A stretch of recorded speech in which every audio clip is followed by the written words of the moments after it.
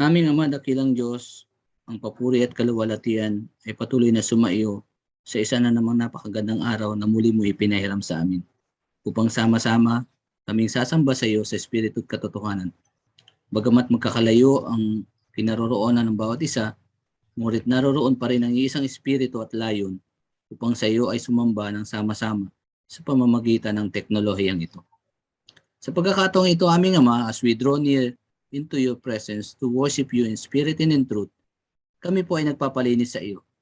Saliksikin mo po ang aming mga puso't isipan at buong pagkatao sapagkat nais namin humingi ng kapatawaran sa mga pagkukulang, pagkakamali naming nagawa sa nagdaang sandali ng aming buhay na hindi nakapagbigay ng kaluguran sa iyo. Ang hangad namin, aming Ama, na maitanghal ang dakilang mong pangalan sa pananambahang ito. Napakabuti mo, aming Panginoon, sa mga nakalipas na araw na kami patuloy mong sinasamahan sa bawat sandali ng lakbay ng aming buhay na iyong ipinahihiram at ipinagkakatiwala sa iyong mga anak. Na patuloy mong pinagpapala sa bawat aspeto ng aming buhay, sa kalakasan, kalusugan, kapayapaan at maging kaginhawaan na patuloy naming nararanasan at pinagkakaloob mo sa amin. Salamat po, aming dakilang Diyos, sa iyong kabutihang patuloy mong ipinaparana sa aming lahat sa gitna ng kalagayan ng buong mundo na nakararanas ng pandemya. Ngunit hindi po ito makahadlang ni makapagpipigil sa iyong mga anak upang magpatuloy kami magpuri, umawit, mag-aral, magpasalamat at sama-samang sasamba sa iyo, aming Diyos. Muli kaming tatanggap ng pagpapala mula sa iyong mga salita na ibabahagi ng aming mahal na Pastor Ed. Dalangin po namin na kasihan niyo po siya ng iyong banal na spirito upang maiparating sa amin ang inyong mensahe sa araw pong ito na makapagpapalakas at makapagdadala sa amin sa antas ng paglagong espiritual na nais mong aming marating. Kaliwanagan, kalayaan, kaligayahan at ang pagtatagumpay sa buhay. Hangad namin, O Diyos, na maparangalan at malugod ka sa aming sama-samang pagsamba sa araw pong ito. Muli, ang papuri at kaluwalhatian ang aming alay sa ngalan ng aming Panginoong Hesus. Psalms 113 verse 2-3 says, "Let the name of the Lord be praised, both now and forevermore. From the rising of the sun to the place where it sets, the name of the Lord is to be praised." Blessed be the name of the Lord. Blessed be the name of the Lord. Blessed be the name of the Lord Most High. Blessed be the name of the Lord. Blessed be the name of the Lord. Blessed be the name of the Lord Most High. The name of the Lord is a strong tower.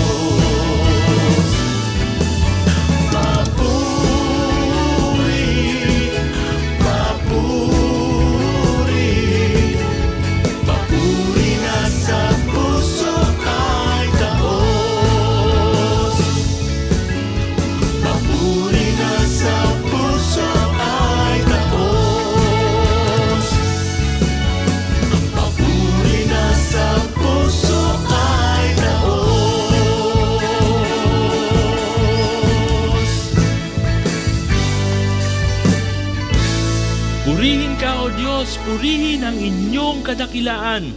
Wala nang ang ibang sasambahin, wala nang ibang dadakilain, kundi kayo lamang, Panginoon, ang nag-iisang Diyos at may likha ng lahat. Ang tunay na Diyos na aming sinasamba sa mga oras na ito. Ang Diyos na karapat-dapat dakilain, papurihan, pasalamatan at sambahin. Pupurihin ka, O Diyos.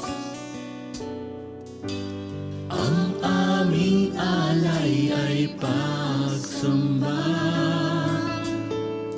kalwalhatian, buong karangalan, kapangyarihan niyo'y walang katulad. Pupurihin ka, O Diyos. Ang aming alay ay pagsamba, kalwalhatian, buong karangalan, kapangyarihan niyo'y walang katulad. Kayo ang tunay na Diyos, kayo'y walang katulad, kayo'y nag-iisa, kayo lamang, wala nang iba. Sa inyo ang aming awit, dinggin ang aming tinig, isisigaw sa buong mundo. Pupurihin ka, O Diyos. Ang aming alay ay pagsamba, kalwalhatian, buong karangalan, kapangyarihan niyo'y walang katulad. Kayo ang tunay na Diyos, kayo'y walang katulad, kayo'y nag-iisa, kayo lamang, wala nang iba. Sa inyo ang aming awit, dinggin ang aming tinig, isisigaw sa buong mundo. Kayo ang tunay na Diyos, kayo'y walang katulad, kayo'y nag-iisa, kayo lamang, wala nang iba. Sa inyo ang aming awit, dinggin ang aming tinig, isisigaw sa buong mundo. Kayo ang tunay na Diyos, kayo'y walang katulad, kayo'y nag-iisa, kayo lamang, wala nang iba. Sa inyo ang aming awit, dinggin ang aming tinig, isisigaw sa buong mundo. Isisigaw sa buong mundo. Isisigaw sa buong mundo. Kadakilaan niyo. Kadakilaan niyo.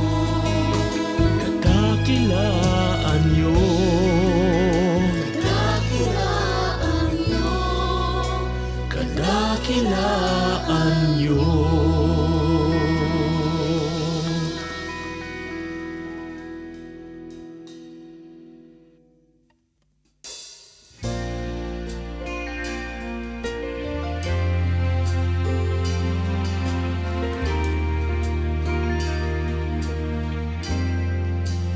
You are the image of the invisible God, the firstborn of creation.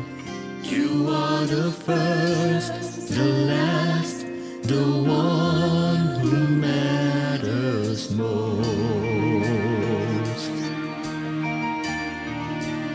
You are creator, ruling sustainer of all, for you hold it all together. You are the word of God, the hope for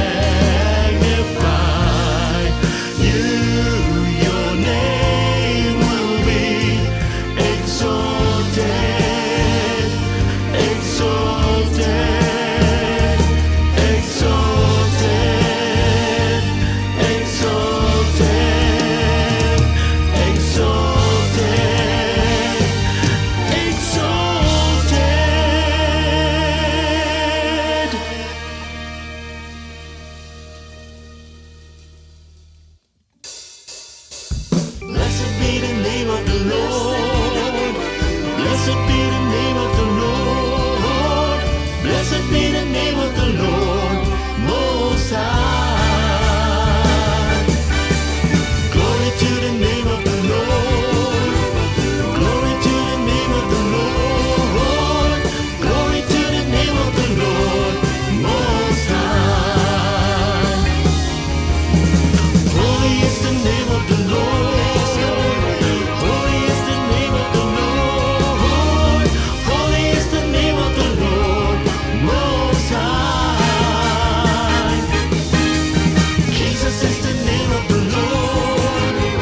Jesus is the name of the Lord. Jesus is the name of the Lord Most High.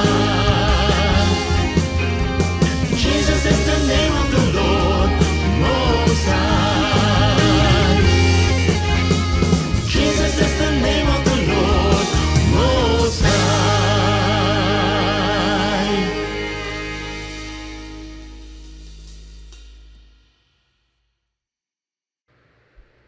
Matthew 7:7. Ask and you will receive. Search and you will find. Knock and the door will be opened to you. Ang ating pag-aaral, pinamagatan natin, attract blessings. Paano ba inaakit natin, lumapit sa atin ang mga pagpapala? Ama namin, salamat po dahil kayo'y Diyos na gustong mag-bless, magpala sa inyong mga anak. Ituro nyo sa amin ang tamang daan, saan kami lulugar, anong dapat namin gawin para kami tumanggap ng iyong mga pagpapala. Bless us, Father, enlighten us, strengthen us. In the name of Jesus, your Son, we pray with thanksgiving. Marami mga tao, ang tanong nila, paano ba ako magiging blessed? Ang tanong pa ng iba, mas diretso, paano ba ako suswertehin? Bakit parang mailap sa akin ang kapalaran? Tapos parang ang dali-dali na lumapit sa iba. Pag sinuri natin yung mga buhay, pamamaraan ng pamumuhay ng mga taong maituturing na mapalad, pinagpala, blessed, may mga common denominator. At nasa Biblia mismo ang susi kung paano ang tao ay magiging blessed o tatanggap ng pagpapala. How to attract blessings? Be clean and tidy in your body and surroundings.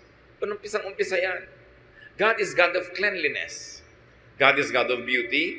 God is God of tidiness and cleanliness. Kung paano dapat malinis ang ating espiritu, ang kakambal kasi ng espiritu natin, katawan, the physical world, malinis din, maayos ang ating katawan, ang ating pangangatawan, at ang ating kapaligiran. It goes without saying, na kung ikay marumi at burara sa iyong kalusugan, sa iyong katawan, sa iyong kalinisan, madali ka magkasakit. At mahirap ma-blessed kung may sakit. Mahina ang iyong katawan, tinatamad ka, wala kang energy, wala kang drive. So dapat namumuhay ang tao sa paraan na siya'y palayo ng palayo sa mga infection, sa mga accidents, dala ng kapabayaan at karumihan at kaguluhan ng paligid. 2 Timothy 2:21, all who cleanse themselves of the things I have mentioned will become special utensils, dedicated and useful to the honor of the house, meaning the Lord, ready for every good work.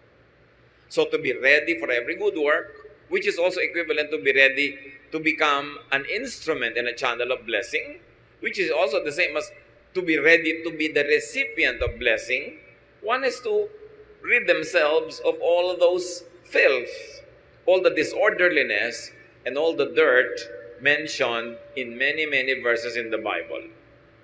Kaya nga ang kalinisan ng katawan, ng pamamahay, ng kapaligiran at kaayusan nito kasama sa pag-attract ng blessings.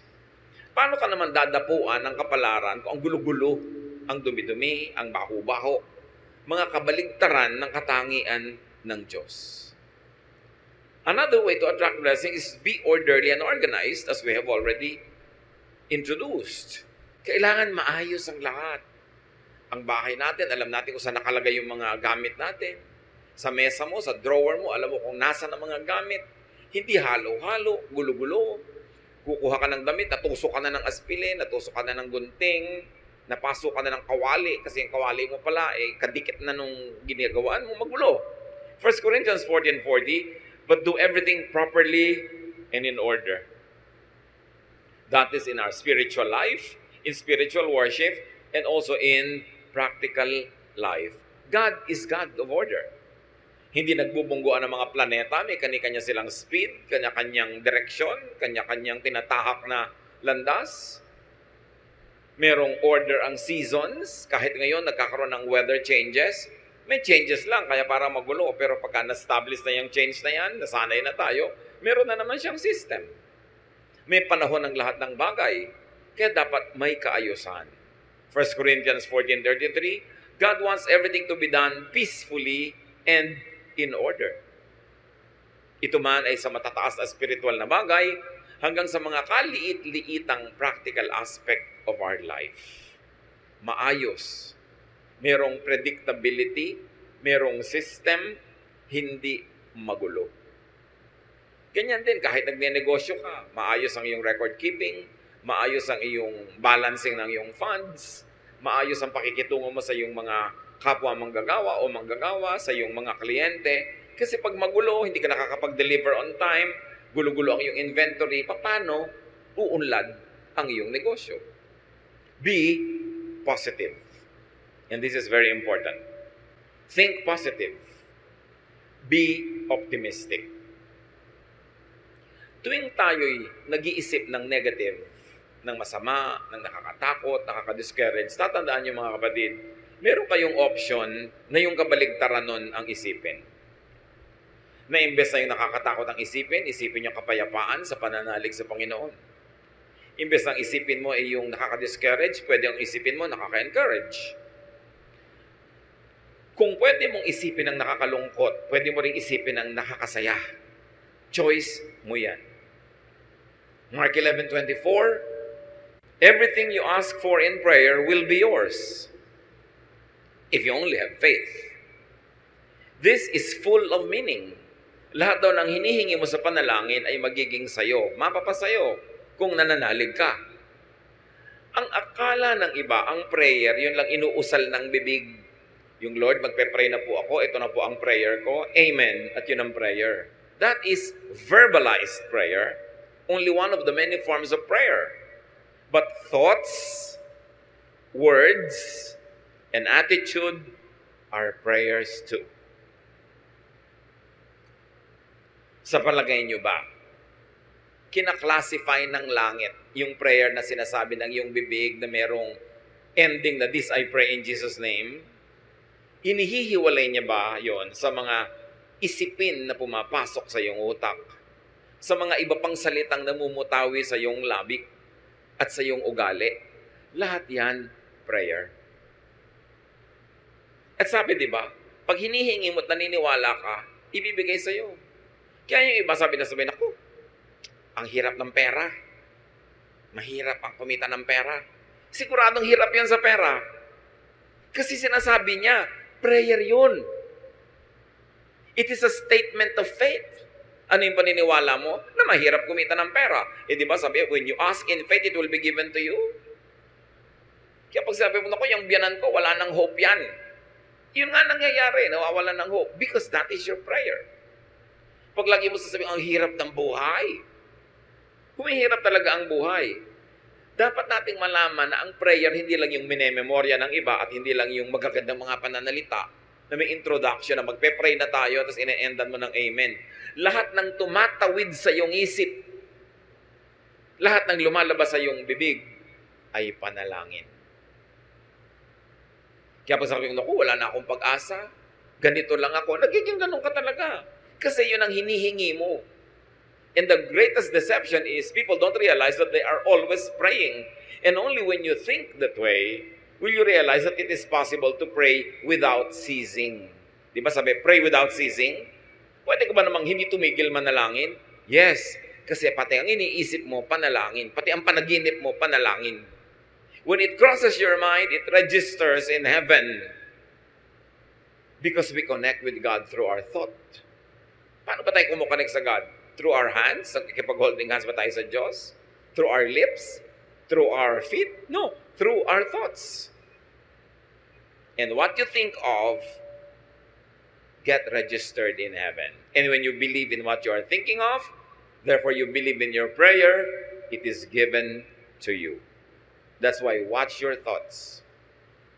Minsan, sarili mong anak, sabi mo, itong anak ko na to, bobo to eh. Prayer mo yun. It is a statement of faith. Pag sasabi mo, wala naman lalaking faithful, di ganun nga mangyayari sa husband mo sa'yo kasi sinasabi mo na pinagdadasal mo na.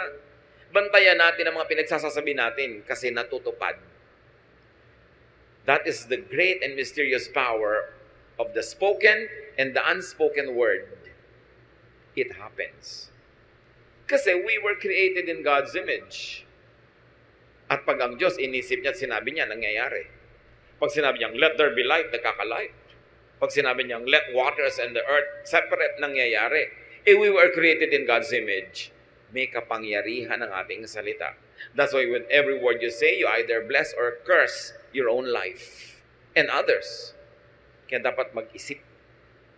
Attract blessings, speak good, kind, and positive words.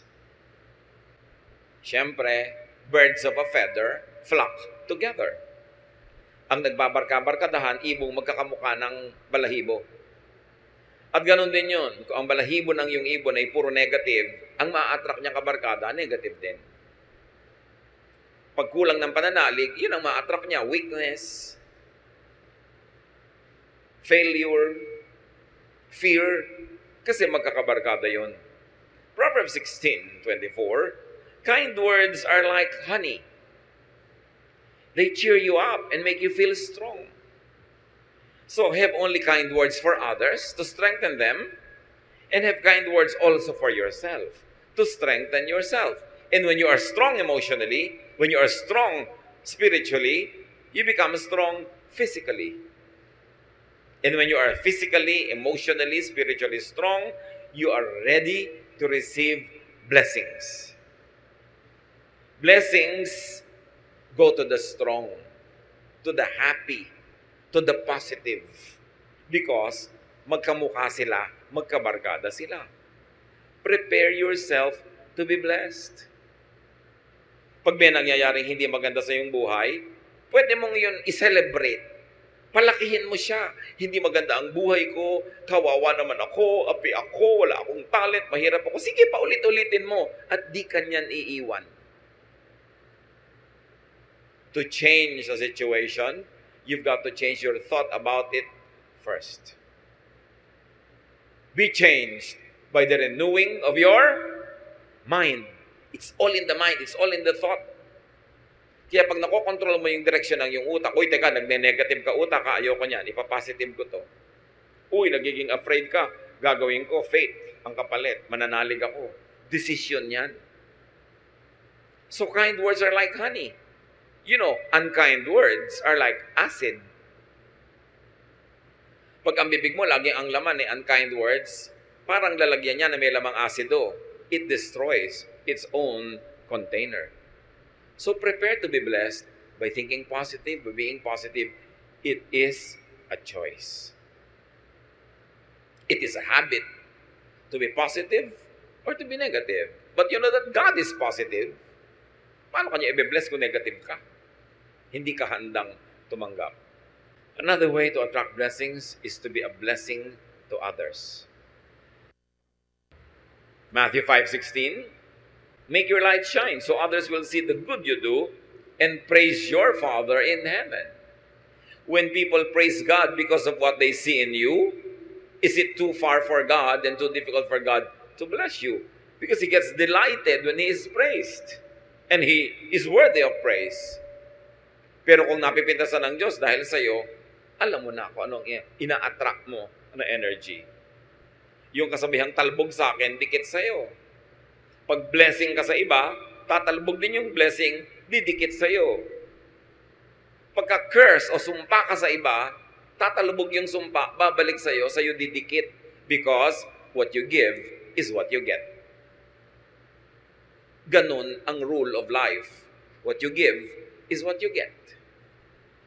So when you give blessings, anong ibibigay sa'yo ng kalangitan? Kundi blessings din. Kaya yung mga mararamot, yung mga mahilig na gumawa ng masama sa kapwa, manira, hindi nila alam sarili nila ang magiging sira pagkatapos nun. Bumabalik at bumabalik sa atin parang boomerang ang lahat ng ating hinahagis. Kaya kung dumudura ka sa langit, sa mukha mo rin lalaglag ang iyong dura. Pagka nang aapi ka ng kapwa, may balik yon. Pag naninira ka, gumagawa ka ng masama, may balik yon. Kaya nakikita nyo most of the time, yung mga chismosa, hirap sa buhay. At kung hindi man sila nahihirapan ngayon, baka bukas pa. Pero kadalasan, isipin nyo lahat ng chismosa ang kilala nyo sa buhay nyo. Mga hirap sa buhay. Kasi negative. Kasi laging naninira. You attract blessings, give. Be a giver of good things. Be generous with what you give. Proverbs 11:25, be generous and you will be prosperous. Help others and you will be helped. Napakadali namang maintindihan. Gusto mo palang lumuwag ka sa buhay, sumagana, maging mariwasa, maging palabigay, at palabigay ng pabulosong paraan. Kasi sabi, pag tinutulungan mo ang iba, tutulungan ka rin ng Diyos at ng iba. Yan ang sikreto para lumuwag ang buhay. Huwag kang maramot. Nakikita niyo yung mga mararamot? Mga hirap na hirap din sa buhay. Kuminsan ang damot-damot, laging nanlalamang, nakakaipon ng konting pera, tapos biglang isang grabeng sakit, ubos ang pera. Nagbabalansi lagi. God is the greatest accountant. Laging may debit, may credit, laging may balance. At binabalansin ng langit ang lahat ng negative na binibigay natin sa kapwa at sa mundo. At ganon din ang positive. Ibinabalik. What you give is what you get. Yan ang rule ng kalangitan. And you keep what you give away. Parang baligtad. Pero ganon talaga. You lose what you are trying to selfishly keep for yourself. But what you try to give comes back to you.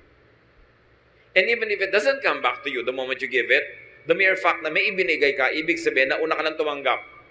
Kaya pwede ka na magbigay. Kaya kahit hindi ibalik yon, panalo ka na rin kasi may naibigay ka nga. Ibig sabihin, may natanggap ka na noon pa. Kung hindi, wala ka namang ibibigay. You attract blessings, be industrious. Kailangan masipag.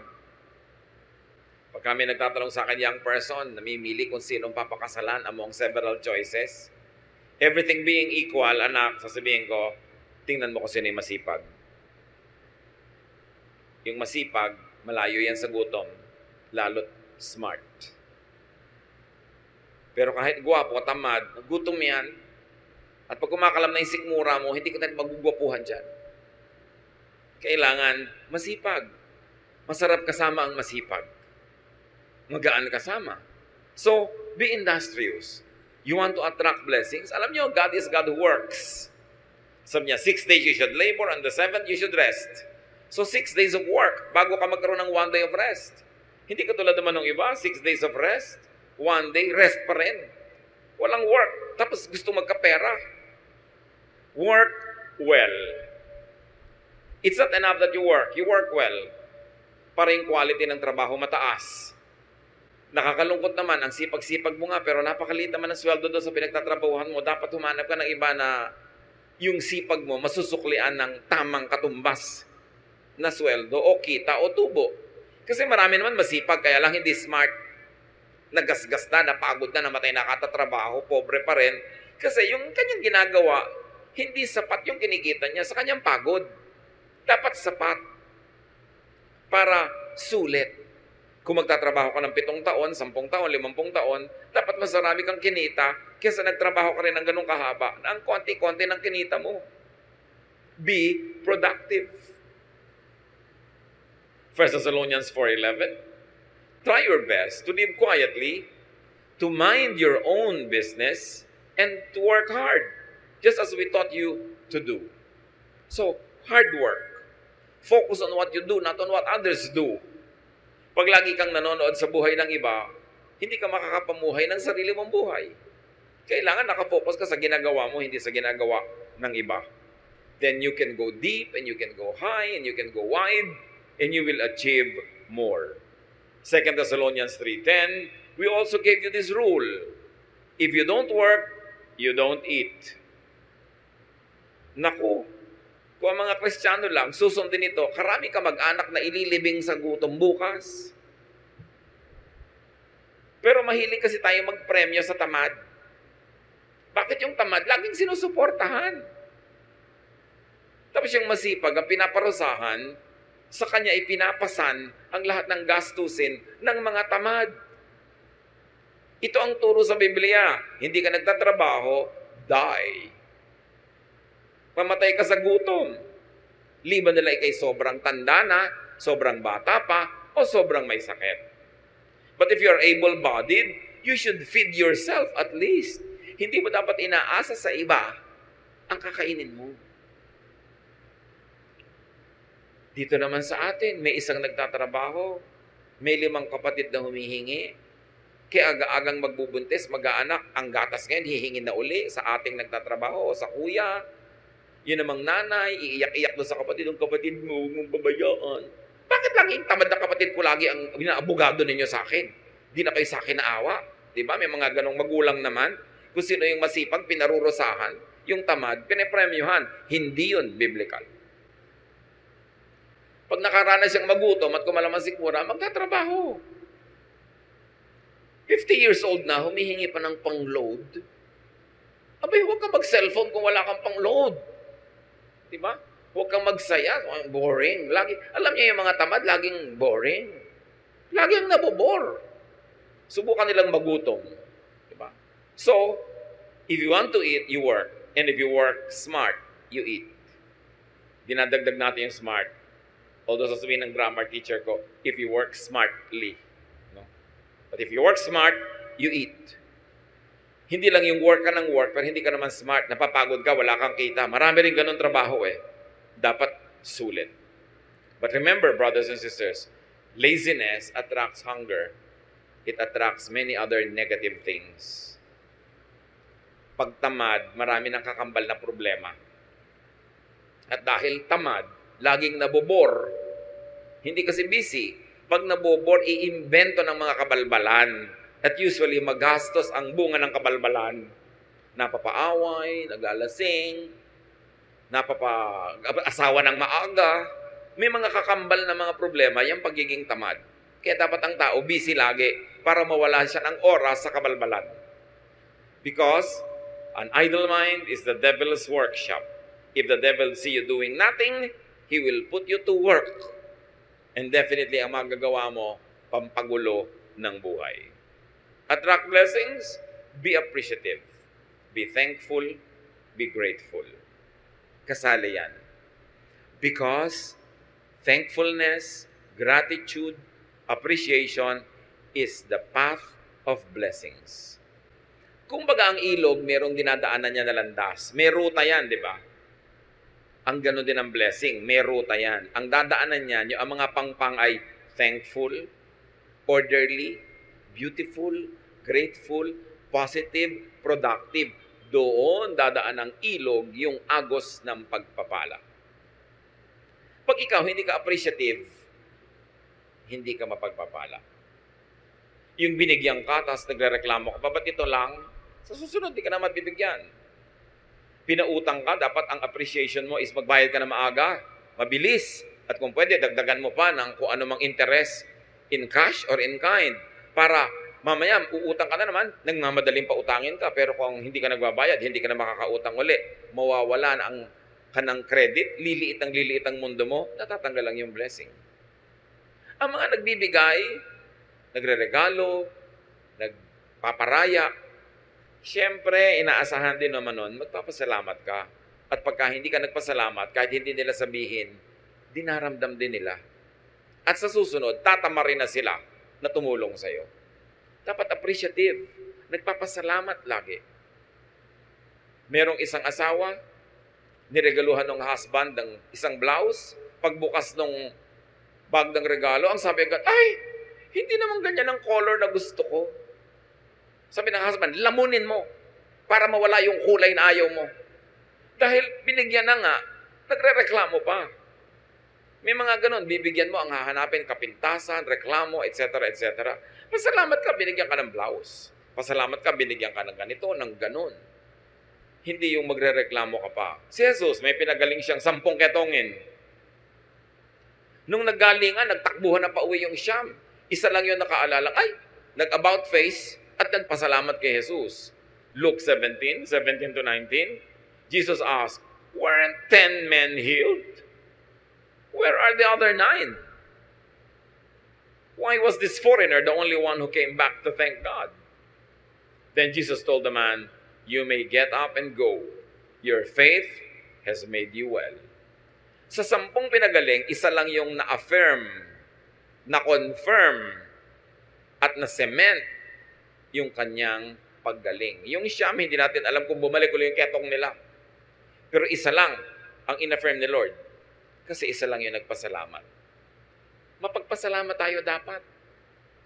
Pagka ikay nakakatanggap, bigay ka agad.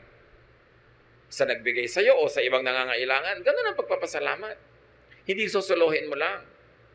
At magpapahayag ka talaga ng thanksgiving. Gano'ng karami pa ngayon ang nagpapadala ng thank you card, kahit sa text. Hindi yung pagka nabigyan ka na, nakalimot ka na. Pagka masaya, nakakalimot, pag lang malungkot, nakakaalala. Ang mangyayari, masisira ang papel mo. Hindi ka na kakatuwaan ng iyong kapwa.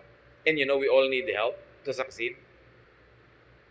We need help in the beginning and in the end. But people help only those that they like.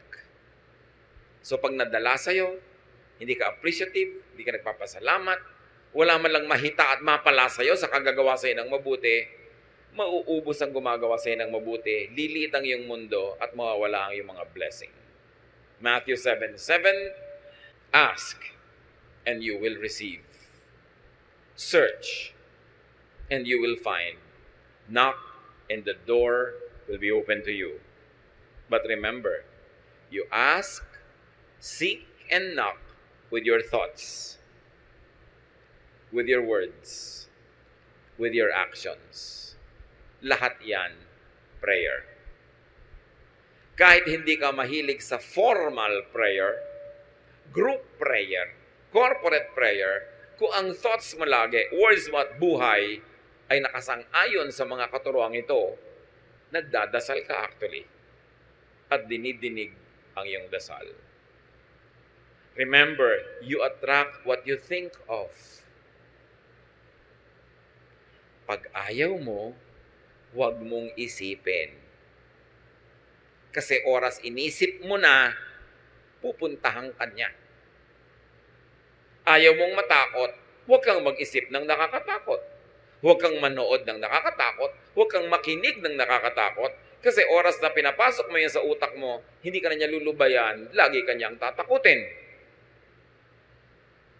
Pagka ayaw mong ma-discourage, huwag ka makipagkwentuhan sa nakaka-discourage na tao. Kung ayaw mong makaladkad ka sa mga gulo at chismis, huwag ka makipag-usap sa mahilig sa chismis. You attract what you think of. Kaya yung lagi mo iniisip, may sakit ka, natatakot ka, mamaya may sakit ka na nga. Isipin mong malusog ka. Because ang iniisip is a declaration of faith. And when you believe in it, it will happen. Ganun ka-powerful ang ating mind. Kasi mind of all our body parts, mind is the throne of God. Doon talaga nakatira ang Diyos. At yun ang inaagaw ni Satanas, yung mind mo rin. Gusto niyang tumira din siya doon para yung mga isipin niya, ang pumasok sa isip mo, yung mga pananakot niya, yung mga panggigipit niya, pagpapahirap niya, pag-aakit niya, utak ang pinag-aagawan. Kaya dapat iloklok natin sa ating utak ang Diyos. Hindi si Satan. Hindi mga negative, hindi mga nakakatakot, hindi mga nakakasira ng loob. You attract what you think of, you attract what you say. Watch your language. What you say will come true. And you attract what you do. Yan ang mga prayer. Luke 6:38, give, and it will be given to you. A good measure, pressed down, shaken together, and running over, will be poured into your lap. For with the measure you use, it will be measured to you. Kung anong ibinibigay mo, yun ang tatanggapin mo. Kung paano ka magbigay, ganun ka rin paano tatanggap. So give, and you will receive. Be a blessing, and you will be blessed. Dear Lord, we thank you for these reminders. Salamat sa mga paalala nyo na hindi naman mahiwaga para mabless. Itinuro nyo sa inyong salita kung paano kami mabibless. Buksan nyo po ang aming isip. At sa mga alam na namin, turuan mo kaming maging masunurin, that we do not resist your word when we hear it. That today as we hear your word, we do not harden our hearts as in rebellion, kundi maging teachable kami. And we should be willing to change our ways, to change from negative to positive, from ungrateful to grateful, from unloving to loving, from unhappy to happy. Teach us, Lord, to pattern our thoughts after the thoughts of your Son, Jesus. Madisiplina namin ang aming isip at ang aming bibig at tumindig kami lumugar kung saan dumadaan ang agos ng iyong pagpapala. Pagbulay-bulayan natin ang mga ito, mga kapatid, kung paano i-apply sa ating personal life. Meditate on it for a minute. Think about what this message is telling us and decide to heed the word of truth, truth that liberates and empowers. Be alone with the Lord in silent reflection. Panginoon, napakaganda ng mensaheng ipinagkaloob ninyo sa amin sa pamamagitan ng aming pastor. Na kung nais naming lumapit ang biyaya sa aming buhay, kailangang baguhin namin ang aming mga pananaw sa aming pangangatawan, pagsasalita, pag-iisip, at pakikitungo sa kapwa. Na kung ano man ang aming ibinibigay sa buhay, ito lamang din ang aming tatanggapin. Sa pagpapalang hatid ninyo sa amin, kami man ay marapat ng pagbalik sa inyo ng aming mga handog at ikapo para sa mga gawain ng aming kapatiran. Dalangin ko pong nawa ang lahat ng nabiyayaan ng inyong mensahe sa araw na ito ay maging bukas din sa paghahandog sa inyo. Hipuin ninyo kami maipagkaloob sa inyo ng tapat at ng tama ang nararapat. At higit po ninyo kaming turuan na maging mapagbigay sa lahat ng pagkakataon. Itinataas po namin sa inyo ang lahat ng aming mga handog. Basbasan po ninyo kami sa pangalan ng aming Panginoong Jesus.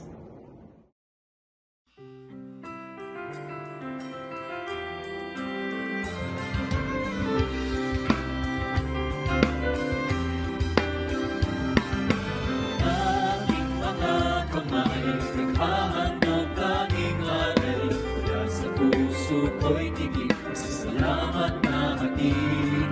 Upang salita niyo ay palaganapin, pagkalawak ng makalangit na gawain.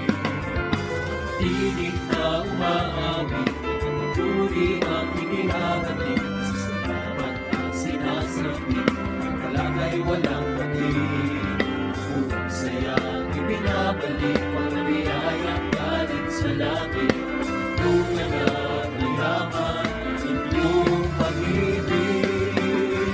Ang aming alay, O Diyos, ay tanggapin.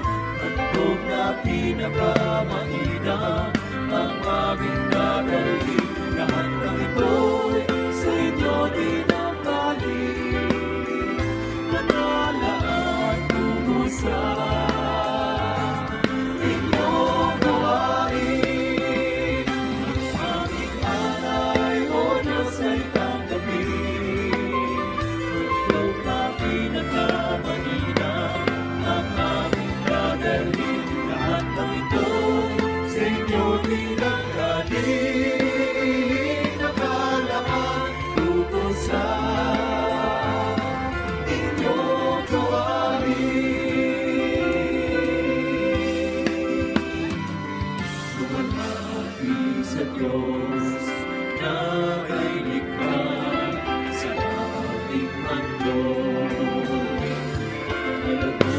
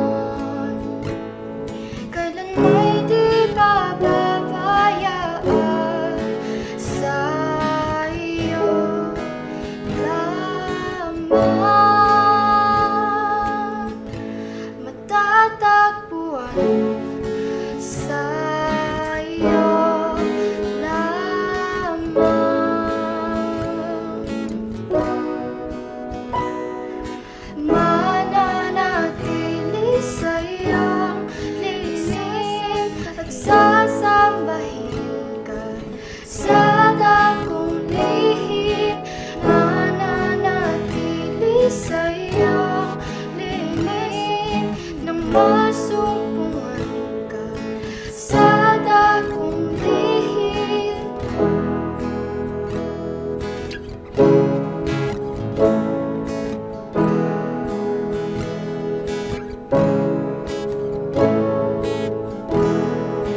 Panginoon, awalan mo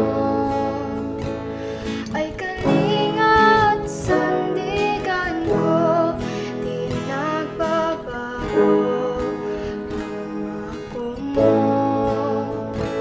Salita mo'y panghahawakan, sa iyo lamang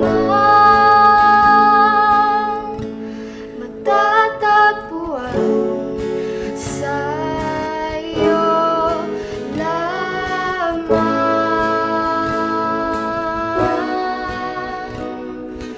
mananatili sa iyong lilim at sasambahin ka sa dakong lihim.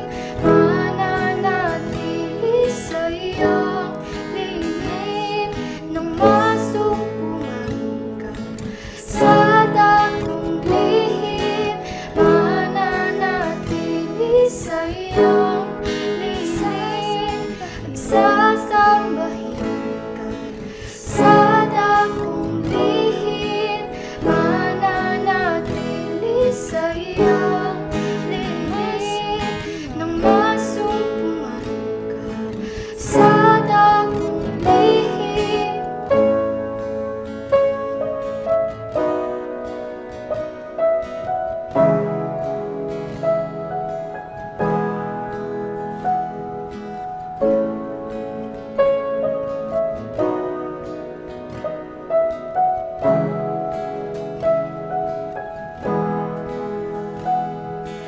Ang pagpuri ko ay tanging sa'yo, sa'yo lamang inialay, O Panginoon. Ang puso ko'y sa'yo magpakailanman.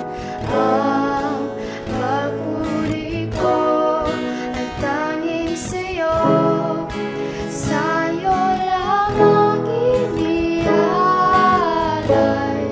O Panginoon. Ang puso ko'y sa'yo magpakailanman. Ang papuri ko ay tanging sa'yo, sa'yo lamang inialay, O Panginoon. Ang puso ko'y sa'yo magpakailanman. Mananatili sa iyong lilim at sasambahin ka sa dakong lihim. Mananatili sa iyong lilim nang masumpungan ka sa dakong lihim. Mananatili sa iyong lilim at sasambahin ka sa dakong lihim. Mananatili sa iyong lilim nang masumpungan ka sa dakong lihim.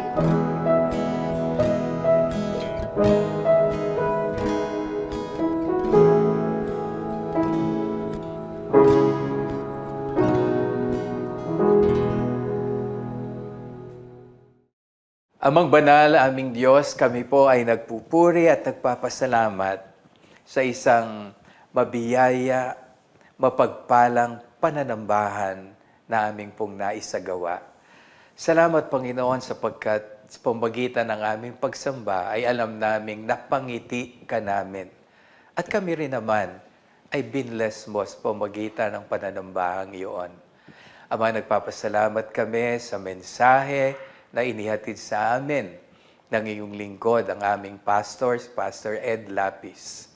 Salamat po sa mga encouraging words, inspiring thoughts, at sa mga hamon, Panginoon, na naipaabot sa pamamagitan ng mensahe. And Lord, salamat po dahil sa pamamagitan ng aming mga napakinggan ay nabigyan kami ng gabay at ng patnubay. At ngayon, Ama, dinadalangin ko po sa iyo ang aking mga kapatid. Saan man sila naroroon ngayon, Diyos aming Ama, abutin niyo po ang bawat isa. At inihiling ko, Panginoon, na ipagkaloob niyo po ang lahat at bawat pangangailangan ng aking mga kapatid. At iligtas niyo ang bawat isa, Panginoon, sa anumang matitinding aberya sa buhay. Iligtas niyo ang mga kapatid ko, Panginoon, sa anumang karamdaman.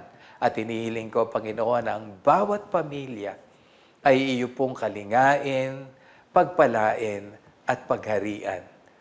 At ngayon, Diyos aming Ama, itinatalaga ko sa iyo at ipinagkakatiwala ang bawat isang kapatid ko. At ngayon, mga kapatid sa Panginoon, sa Diyos na walang inisip kung hindi ang kabutihan ng bawat isa sa atin, sa ating Diyos na kaya kayong ingatan at puspusin ng kagalakan at kapayapaan, sa ating Diyos na lubos na nagmamahal sa bawat isa sa inyo, at dahil sa pagmamahal niya ay isusupply niya ang lahat ng inyong pangangailangan. Sa ating Diyos na ito, mga kapatid, ay akin kayong ipinagkakatiwala at itinatalaga kayo sa mapagpalang kamay ng ating Diyos na ito. Sumainyo ang bendisyon ng Diyos Ama, patuloy kayong iligtas ng Panginoong Jesucristo at gabayan kayo ng banal na Espiritu. Sa pangalan ng Panginoong Jesus.